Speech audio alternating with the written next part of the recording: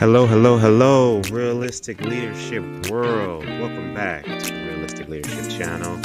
Thank you for tuning in today. Please like and subscribe to our channel. We definitely would greatly appreciate it. And again, our goal is to motivate, educate, consult leaders from all spectrums of life, our executives, our frontline leaders, our church leaders, everyone. We are here for all of you, and to get you promoted and to get you raises. All right.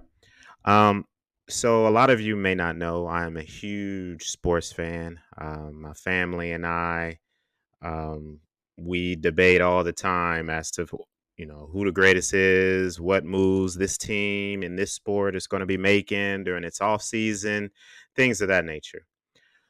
So I was looking at something about a team, and they're clearly they're in clearly rebuild mode. Um, and uh, and I wanted to, and I've been having some conversations with some colleagues of mine. It's like, hey, I got someone that's really trying to turn around this team in this region and this region. So I really wanted to talk about major factors in a team rebuild or company rebuild. All right, first one, first step, first factor, most important factor, know your why. We'll get into you knowing your why and its importance, its critical importance in this particular subject a little later. But know your why. Know why you're doing something. Know why, especially when you're leading people. Let me repeat that again, especially when you're leading people. Okay. Um, Number two and three can flip flop. A lot of leaders do the opposite of what I'm about to say first, which you can get through it, but it can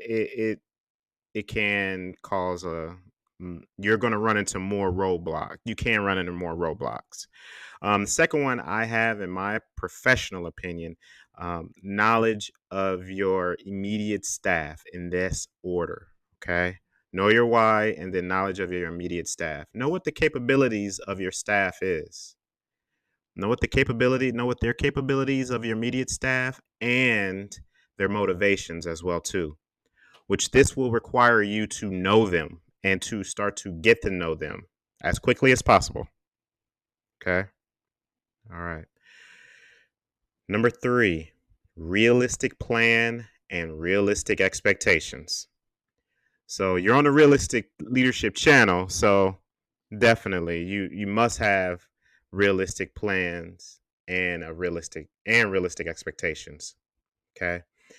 I cannot count.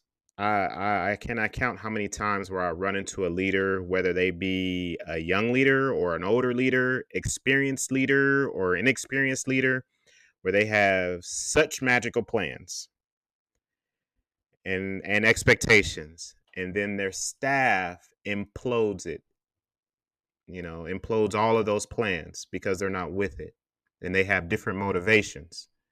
So it is, in my professional opinion, in my experience,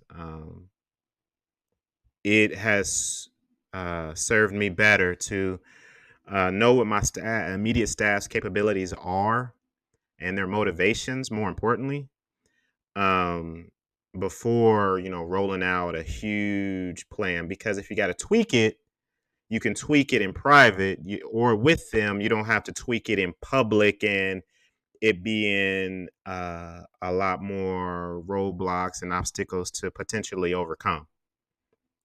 All right, next one. Time. Time waits for no man or woman, so it matters. Okay. But realize that it goes both ways. You can't try to turn something around too fast either, because you'll have a potential rebellion on your hands. Okay. Time matters. Next one and final one. Consistent recognition and accountability.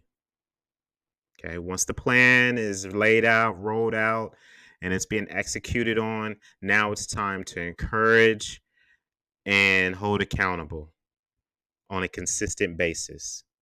Okay. There are some other factors involved when you're doing a team rebuild or a company rebuild. But these I have found are the 5 most controllables. Okay. Some of the 5 most controllables on here. And that brings us to our realistic leader moment of the day.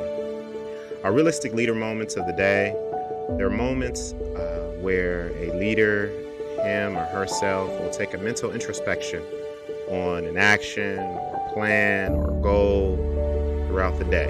This should be done regularly. Okay. So here's today's.